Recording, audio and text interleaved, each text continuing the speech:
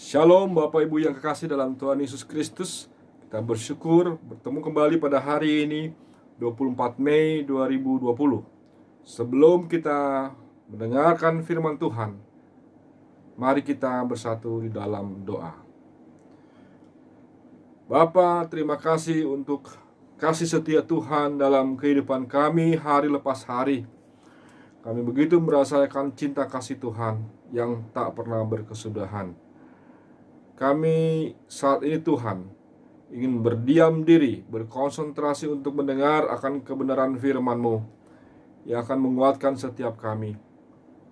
Kiranya Roh Kudus-Mu memampukan hamba-Mu yang akan menyampaikan firman Tuhan untuk dapat menerjemahkan setiap firman Tuhan sehingga dapat kami lakukan dalam setiap kehidupan kami. Jemaat-Mu yang sekarang sudah menyiapkan hati dimanapun mereka berada di rumah masing-masing, Tuhan siapkan hati mereka agar mereka boleh dengan rendah hati bersedia untuk diajar, bersedia untuk mendengarkan firman Tuhan dan tekun melakukannya. Kami berdoa Tuhan dan menyerahkan pemberitaan firman Tuhan pada hari ini. Hanya di dalam nama Tuhan Yesus kami berdoa dan mengucap syukur. Haleluya. Amin. Saudaraku yang kasih dalam Tuhan Yesus Kristus, saya mau mengucapkan selamat hari kenaikan yang telah kita rayakan secara pribadi kemarin pada hari Kamis yang lalu. Dan tema khotbah pada hari ini masih seputar tentang arti atau makna kenaikan Tuhan Yesus Kristus ke sorga. Mari kita menyiapkan Alkitab kita masing-masing dan kita membuka dari Kisah Para Rasul, pasalnya yang pertama, ayat yang pertama hingga ayatnya yang ke-11. Kisah Para Rasul, pasal yang pertama, ayat yang pertama hingga ayatnya yang ke-11. Kalau saudara sudah mendapatkan, saya akan membacakan untuk saudara sekalian. Hai Theophilus, dalam bukuku yang pertama, aku menulis tentang segala sesuatu yang dikerjakan dan diajarkan Yesus sampai pada hari ia terangkat. Sebelum itu ia telah memberikan perintahnya oleh Roh Kudus kepada rasul-rasul yang dipilihnya. Kepada mereka ia menunjukkan dirinya setelah penderitaannya selesai, dan dengan banyak tanda ia membuktikan bahwa ia hidup. Sebab selama 40 hari ia berulang-ulang menampakkan diri dan berbicara kepada mereka tentang kerajaan Allah. Pada suatu hari ketika ia makan bersama-sama dengan mereka, ia melarang mereka meninggalkan Yerusalem dan menyuruh mereka tinggal di situ menantikan janji Bapa yang demikian katanya. Telah kamu dengar daripadaku, sebab Yohanes membaptis dengan air, tetapi tidak lama lagi kamu akan dibaptis dengan Roh Kudus. Maka bertanyalah mereka yang berkumpul di situ, Tuhan, maukah engkau pada masa ini memulihkan kerajaan bagi Israel? Jawabnya, engkau tidak perlu mengetahui masa dan waktu yang ditetapkan Bapa sendiri menurut kuasanya. Tetapi kamu akan menerima kuasa kalau Roh Kudus turun ke atas kamu, dan kamu akan menjadi saksiku di Yerusalem dan di seluruh Yudea dan Samaria dan sampai ke ujung bumi. Sesudah ia mengatakan demikian, terangkatlah ia disaksikan oleh mereka, dan awan menutupnya dari pandangan mereka. Ketika mereka sedang menatap ke langit, waktu ia naik, tiba-tiba berdirilah dua orang yang berpakaian putih dekat mereka, dan berkata kepada mereka, Hai orang-orang Galilea, mengapakah kamu berdiri melihat ke langit? Yesus ini, yang terangkat ke sorga meninggalkan kamu, akan datang kembali dengan cara yang sama seperti kamu melihat dia naik ke sorga. Amin. Demikian firman Tuhan. Yang berbahagia adalah setiap kita yang mendengar firman Tuhan dan melaksanakannya. Haleluya. Saudaraku yang kekasih dalam Tuhan Yesus Kristus, kenaikan Tuhan Yesus ke sorga adalah merupakan suatu event, momen yang spesial dalam hari-hari besar perayaan gereja.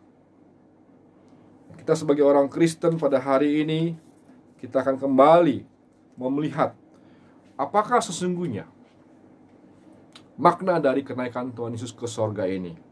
Setiap tahun kita rayakan. Ini adalah hari yang ke-40 ya. Nah, nanti 10 hari setelah itu, yaitu pada hari Minggu depan, 10 hari pas karena dihitung dari hari Kamis lalu sampai hari Minggu depan, itu pas 10 hari adalah hari pencurahan Roh Kudus, hari ke-50 atau hari Pentakosta.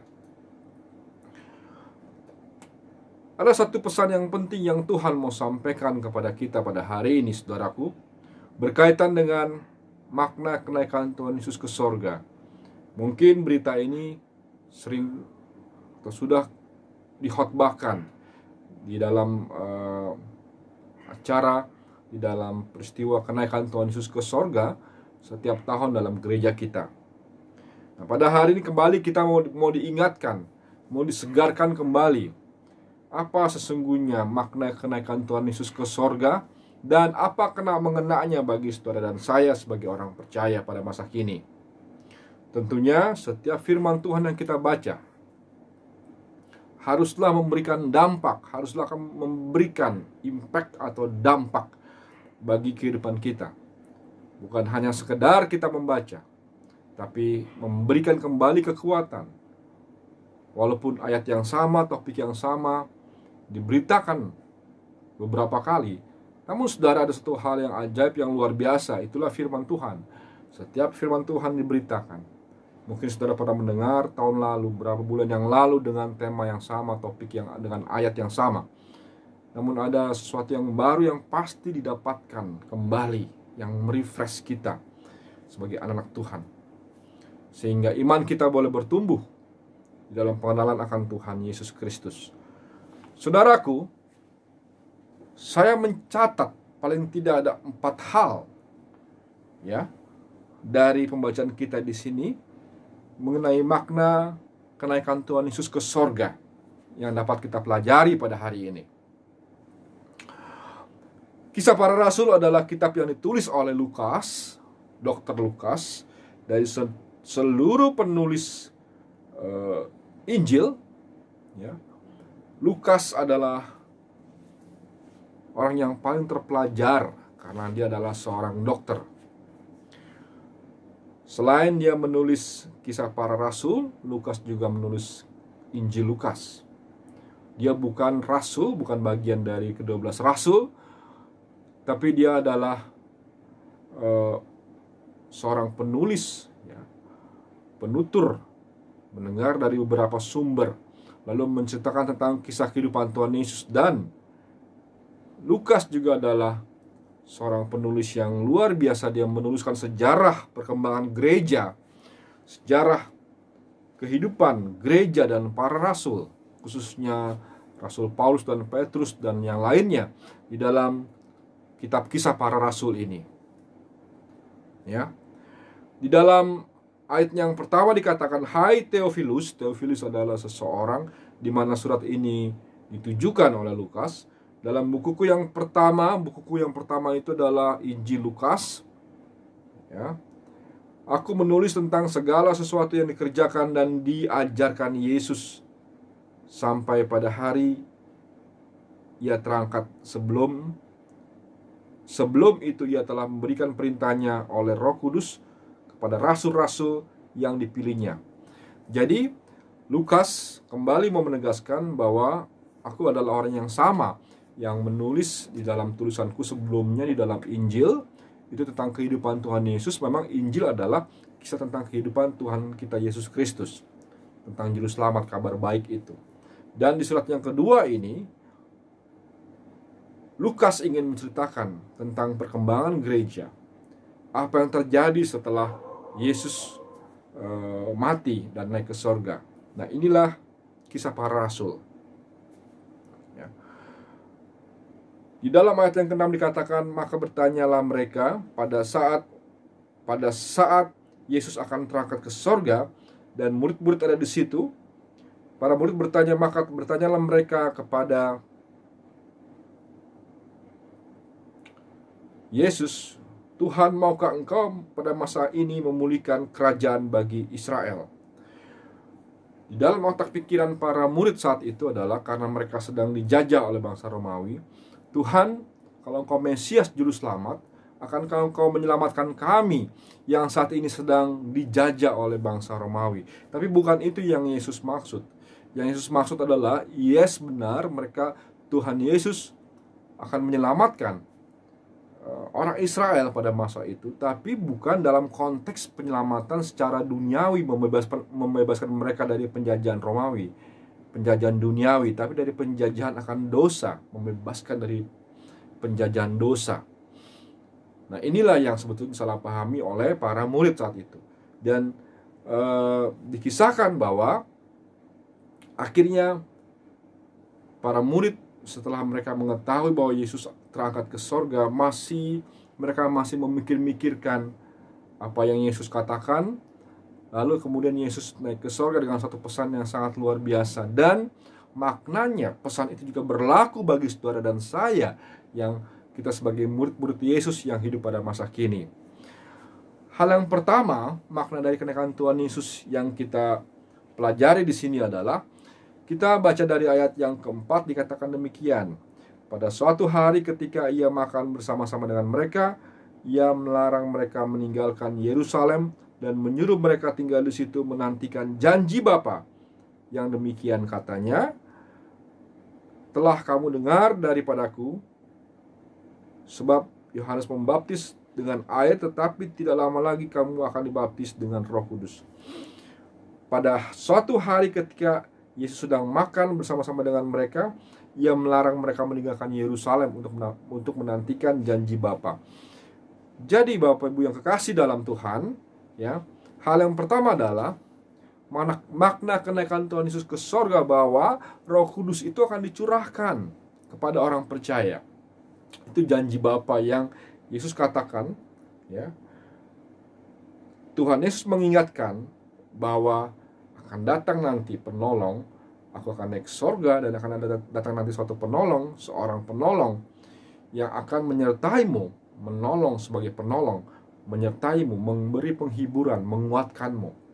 Jadi Tuhan Yesus tidak meninggalkan mereka sebagai yatim piatu, tetapi ada penghiburan, ada pribadi lain, ya, yaitu Roh Kudus, yaitu Roh Allah, Roh Tuhan Yesus sendiri yang akan menyertai setiap murid. Jadi hal yang pertama, saudara, Roh Kudus dicurahkan kepada orang percaya, ya.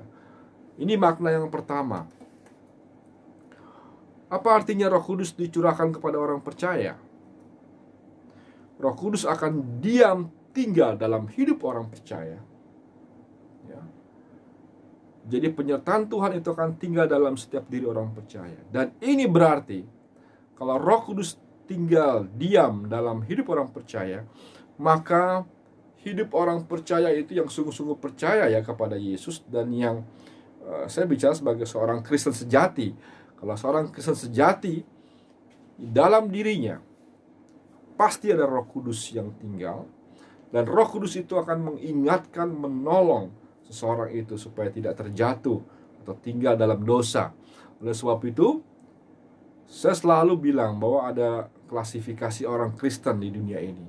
Ada Kristen secara KTP, dia mengatakan bahwa dia orang Kristen, tapi bagi kita, kalau Tuhan Yesus mengatakan di sini, itu bukan orang Kristen sebetulnya, ya. Dia hanya mengaku status secara legalnya Kristen, tapi sesungguhnya yang disebut Kristen sejati itu adalah, yang disebut orang Kristen itu adalah pada saat dia menerima Tuhan Yesus sebagai Tuhan dan Juru Selamatnya, dan Roh Kudus tinggal di dalam dirinya, akan ada buah-buah roh yang ditampakkan di dalam dirinya. Nah, buah-buah roh itu seperti yang tertulis di dalam Galatia pasal 5 ayat yang ke-22, ya. Tetapi buah roh ialah kasih, sukacita, damai sejahtera, kesabaran, kemurahan, kebaikan, kesetiaan, kelemah lembutan, penguasaan diri, ya. Jadi ada kasih, ada sukacita, ada damai sejahtera, ada kesabaran, kemurahan, kelemah lembutan. Saudara-saudaraku yang kekasih dalam Tuhan, kalau seseorang mengatakan bahwa dia adalah murid Tuhan Yesus, kalau seseorang mengatakan bahwa dia adalah orang Kristen, kita bisa mengatakan lebih lanjut lagi. Kita bisa mengetahui lebih lanjut lagi apakah dia Kristen sejati atau bukan. Alkitab kalau berbicara tentang menjadi murid Kristus atau menjadi seorang Kristen, itu konteksnya adalah dia sungguh-sungguh seorang murid Kristus, di dalam dirinya ada Roh Kudus, karena Tuhan Yesus mengatakan kepada para muridnya bahwa aku akan pergi dan akan ada penolong nanti yang datang, ya. Janji Bapa, Roh Kudus akan dicurahkan, ya, untuk tinggal di dalam diri orang percaya, ya. Saudara-saudaraku yang kekasih, ini hal yang pertama menarik. Roh Kudus diam, hidup di dalam diri orang percaya. Kalau Roh Kudus tinggal, diam, hidup di dalam diri orang percaya, maka seluruh kehidupannya itu akan berbeda. Maka seluruh kehidupannya akan menampilkan buah-buah roh tadi. Jadi sebetulnya gampang sekali, mudah kita melihat apakah seseorang itu Kristen sejati atau tidak. Lihat apakah dalam perkataannya, tindakannya, apakah nampak buah-buah roh, ya, buah-buah roh. Ada kasih, sukacita, damai sejahtera, ada kemurahan, kelemah lembutan, sungguh-sungguh asli keluar dari hatinya, dan tindakannya bukan imitasi, bukan dibuat-buat, tapi kelemah lembutan itu adalah yang asli, ada kasih, ada kesabaran, ya. Itu betul-betul tulus keluar dari hatinya. Ini suatu ciri orang Kristen sejati. Karena Tuhan Yesus mengatakan bahwa dia akan pergi naik surga, ya. Dan Roh Kudus akan dicurahkan, tinggal di dalam setiap diri para murid, kemudian turun ke atas kita. Setiap orang yang mengaku percaya bahwa Yesus ada Tuhan dan Juru Selamat, lalu di dalam dirinya juga Tuhan juga akan mengaruniakan Roh Kudus itu di dalam setiap diri orang yang percaya kepada Yesus sebagai Tuhan dan Juru Selamat. Dan hidupnya juga harusnya menampilkan buah-buah roh itu. Jikalau hidupnya tidak menampilkan, tidak menampakkan buah-buah roh itu, saudara, maka dipastikan bahwa dia adalah bukan orang Kristen. KTP ya, mungkin boleh Kristen. Secara kelahiran mungkin ia boleh Kristen. Tapi akan nampak dari buah-buahnya. Orang Kristen sejati, saudara, ada kesabaran, kemurahan, ada kerinduan untuk selalu dekat dengan Yesus, karena Roh Kudus itu akan senantiasa mengingatkan, menginsafkan akan dosa, mengingatkan supaya kita terus dekat dengan Tuhan, ya. Nah, ini yang kita lihat di dalam Yohanes pasal yang ke-14 dikatakan demikian.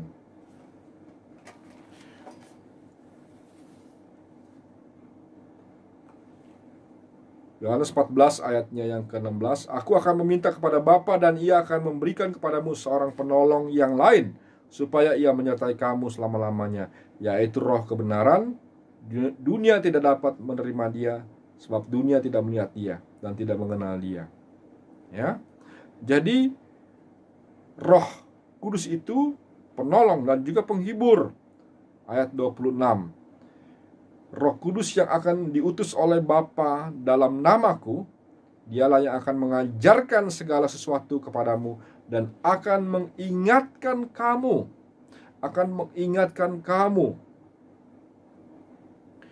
akan semua yang telah kukatakan kepadamu. Damai sejahtera-Ku kutinggalkan bagimu.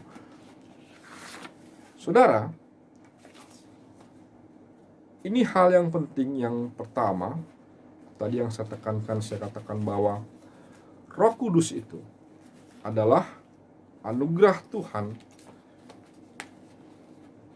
bagi setiap orang yang percaya kepada Yesus. Dan itu, Roh Kudus itu tinggal diam, menetap dalam diri orang percaya.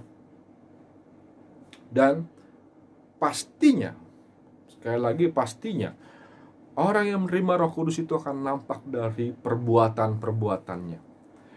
Ya. Ada kecintaan, ada kepedulian kepada orang lain, suka berbagi kepada sesama, karena itu yang Yesus ajarkan tadi, dikatakan bahwa Roh Kudus itu akan mengingatkan. Ya, tentang apa yang Yesus ajarkan, apa yang telah Kuajarkan kepadamu. Ya. Selain itu juga pastinya akan menampilkan buah-buah roh.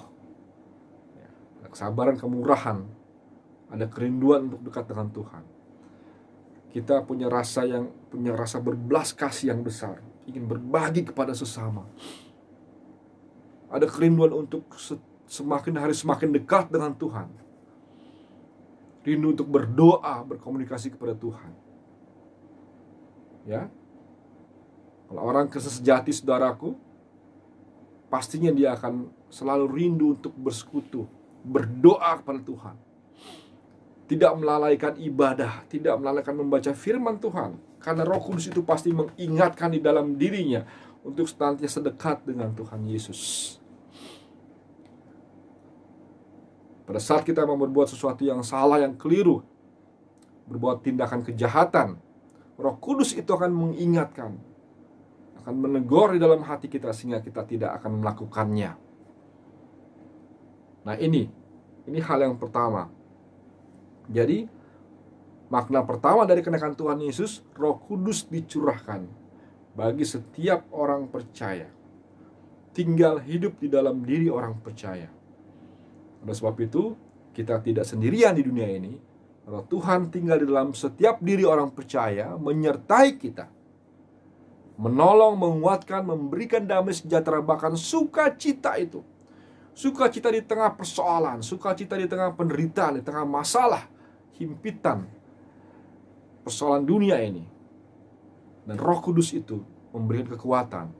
Nah, saudara, banyak orang bertanya, mengapa orang Kristen bisa begitu bersukacita? Mengapa orang Kristen itu kelihatannya kok enak, hidupnya gak ada masalah, senantiasa bersukacita?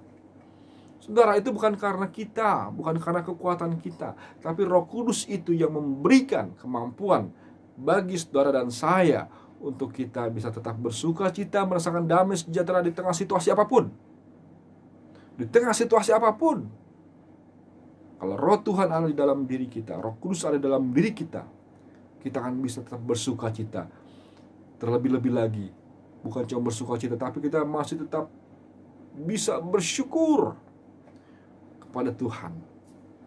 Ya, bersukacita dan bersyukur, berdoa semakin kuat dan rajin, dan bersyukur tidak habis-habisnya. Dan kekuatan itu, saudara, kita peroleh oleh Roh Kudus, bukan oleh kita sendiri.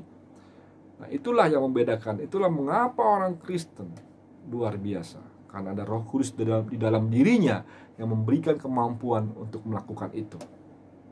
Saudara bersyukur, kita menjadi anak Tuhan, istimewa kita.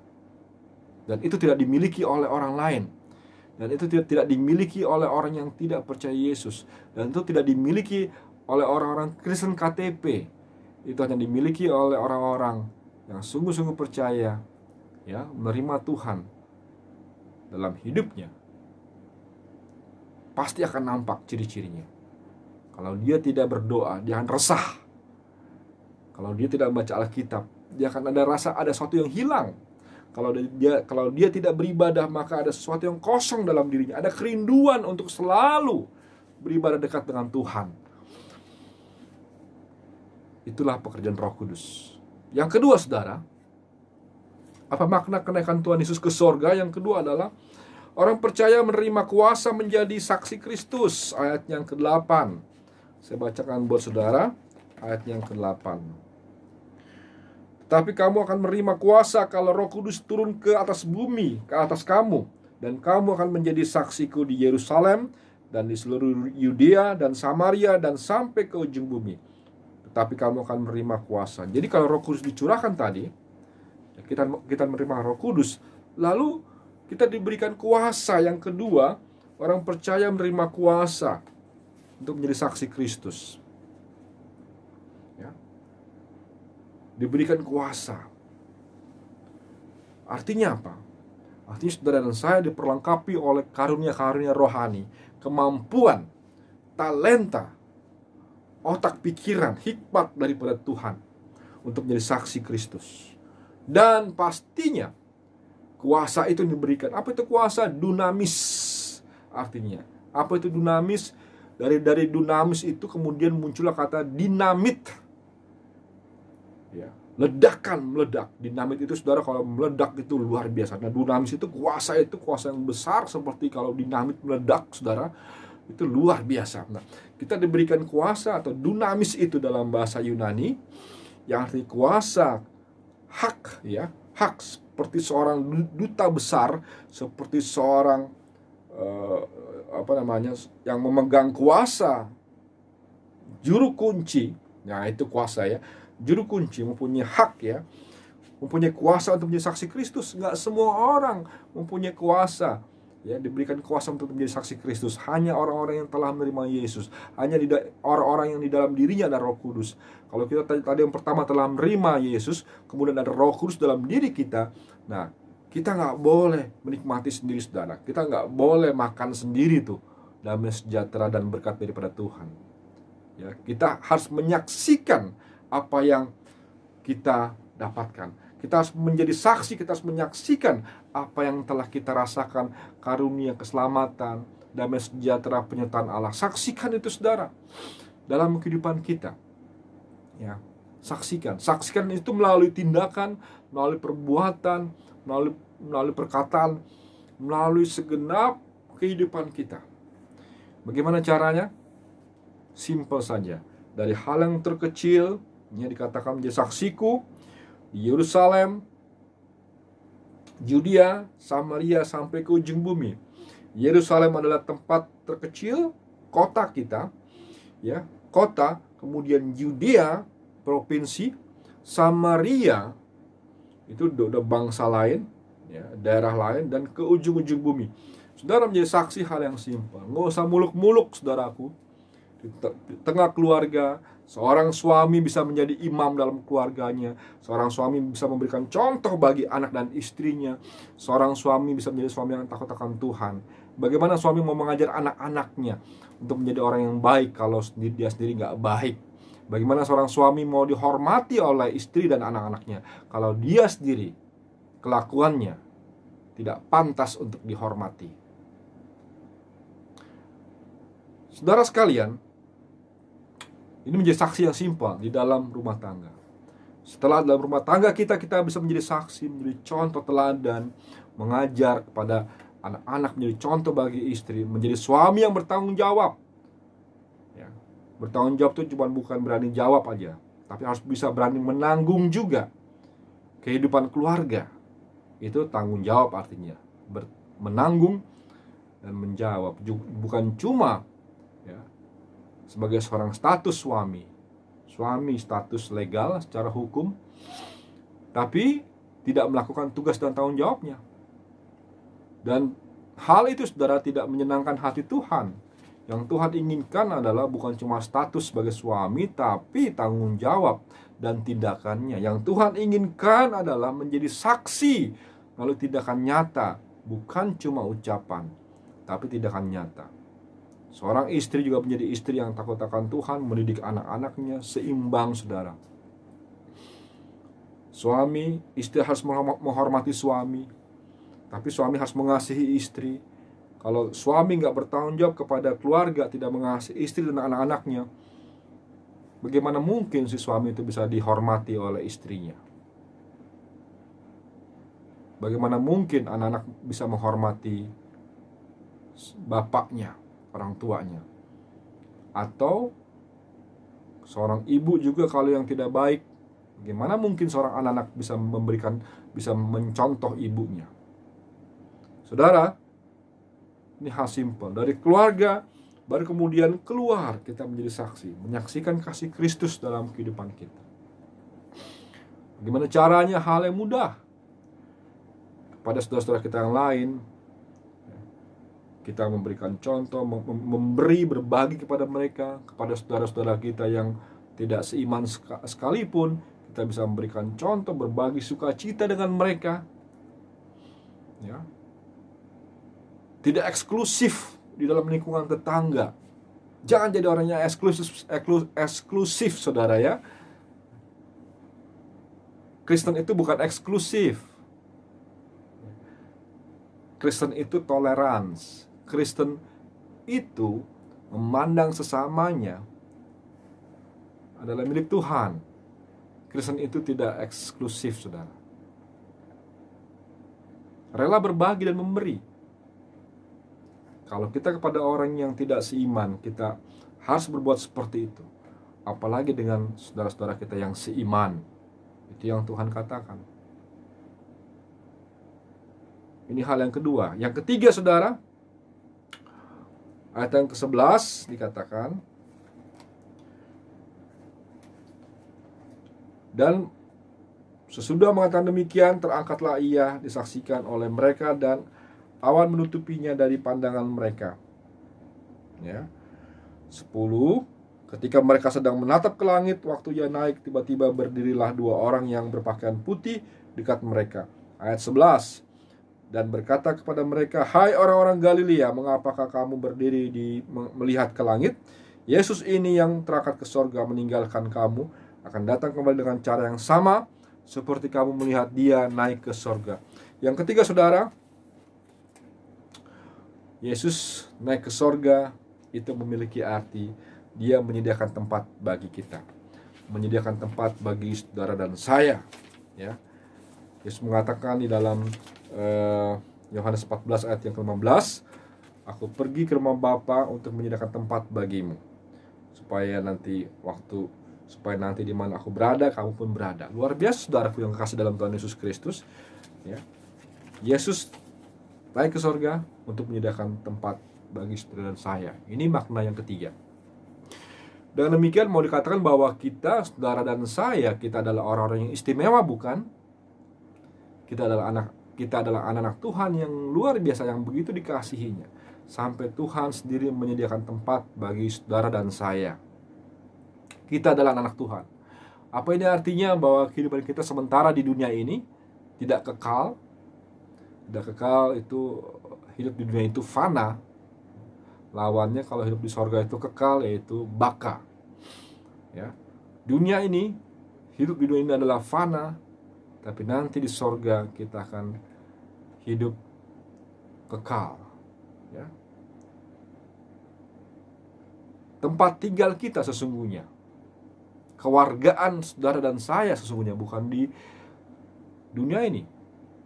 Tapi kalau saudara dan saya kita ditempatkan, Tuhan izinkan hidup di dunia ini, itu ada satu maksud, agar saudara dan saya, kita semua menjadi saksi Kristus tadi.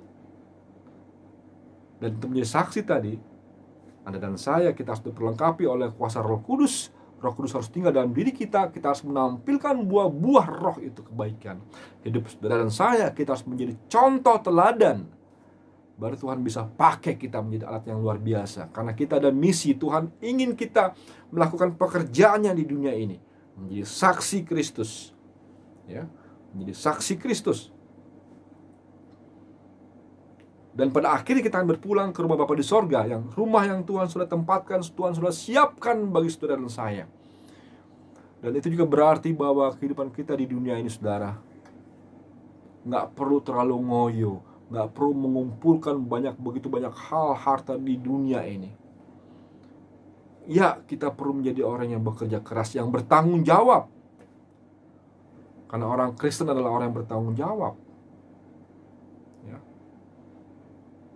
Namun saudara, di balik tanggung jawab kita, di balik usaha kita, pekerjaan kita yang luar biasa, saudara, orang Kristen sungguh banyak yang berprestasi. Dan tahukah saudara bahwa dunia ini diubah oleh orang-orang Kristen? Segala penemuan, lampu, mesin, komputer, listrik, apalagi saudara, mobil, mesin-mesin luar biasa, itu orang Kristen semua yang menemukannya. Dunia ini berubah, ya. Karena orang Kristen, yang mengasihi Tuhan, yang sungguh-sungguh percaya kepada Tuhan, yang mengasihi Tuhan.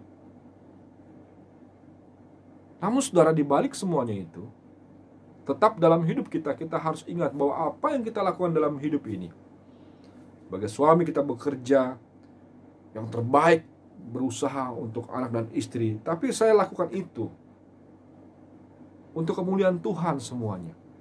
bukan untuk kebanggaan diri saya. Oleh karena itu, karena saya sadar, maka saya juga rela untuk mau memberi, berbagi kepada orang lain. Saya mau belajar mengasihi orang lain juga karena saya adalah orang yang dikasihi Tuhan. Hidup saya pun adalah karena anugerah, karena pengasihan Tuhan saya bisa hidup. Saya bisa bekerja, mendapatkan banyak hal, usaha saya maju, ya. Anak dan istri saya semua makmur, anak saya bisa terdidik sekolah dengan baik. Itu semua karena kemurahan Tuhan.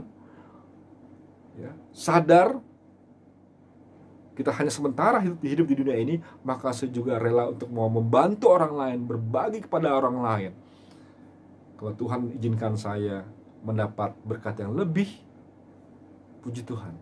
Tuhan mau pakai saya menjadi alatnya untuk membantu sesama. Dan yang keempat, saudara, ya, Dia akan datang kembali nanti seperti kamu naik. Yang keempat, makna kenaikan Yesus ke sorga adalah bahwa Dia akan datang kembali suatu saat sebagai hakim di dunia ini. Dikatakan Yesus ini yang terangkat, ayat yang ke-11 ya. Yesus ini yang terangkat ke sorga meninggalkan kamu, akan datang kembali dengan cara yang sama seperti kamu melihat Dia naik ke sorga. Jelas sekarang Yesus ada di sorga. Amin. Dia hidup. Kita berdoa kepadanya. Ya. Waktu kita berdoa, kita memanggil Dia, ya Bapa, ya Aba. Siapa Bapa dan Aba itu? Yesus juga. Ya. Kalau kita berdoa, kita memanggil, ya Tuhan Yesus, tolong. Sama juga. Ya. Karena Allah itu satu. Anda dan saya, kita diajar untuk memanggil Allah sebagai Bapa yang memelihara, yang menciptakan kita, yang menjaga kita. Kita juga memanggil Dia sebagai Tuhan Yesus, sebagai sahabat, sebagai juru selamat kita. Ya. Yesus itu, yang adalah Allah itu, Allah yang maha kuasa, yang kekal itu, Dia akan datang kembali ke dunia ini untuk menghakimi setiap orang yang hidup, yang tidak percaya kepada Yesus, masuk neraka. Yang percaya kepadanya akan duduk di dalam sorga yang mulia, di dalam Yerusalem baru, bersama Allah yang kekal, sampai kekal selama-lamanya. Saudara, kita nggak tahu kapan Tuhan datang kembali. Yang jelas kalau Dia datang kembali, Dia akan menghakimi dunia ini, dunia akan berakhir kiamat. Setiap kita yang percaya kepada Yesus, setiap kita yang mengasihinya, kita akan diangkat, ya, bersama-sama dengan Tuhan di sorga, masuk dalam pesta perjamuan kawin anak domba. Tapi setiap orang yang tidak percaya tidak akan menerima mahkota itu. Jangan katakan bahwa, oh dia orang Kristen.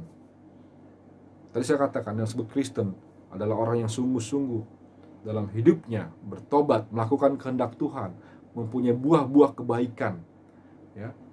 Ada kerinduan senantiasa untuk dekat dengan Tuhannya. Ini yang dimaksud dengan Kristen tadi. Kristen sejati adalah orang yang senantiasa dalam hidupnya mau senantiasa dekat dengan Tuhannya. Nampak dari buah-buah kebaikannya. Mulutnya mengatakan kebenaran, bukan tipu muslihat. Hatinya penuh dengan sukacita, dengan kegembiraan.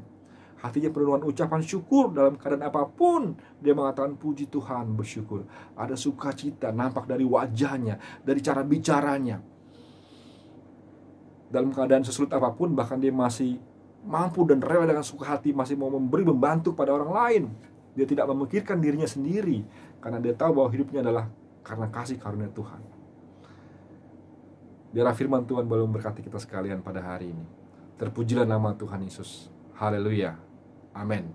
Mari kita berdoa.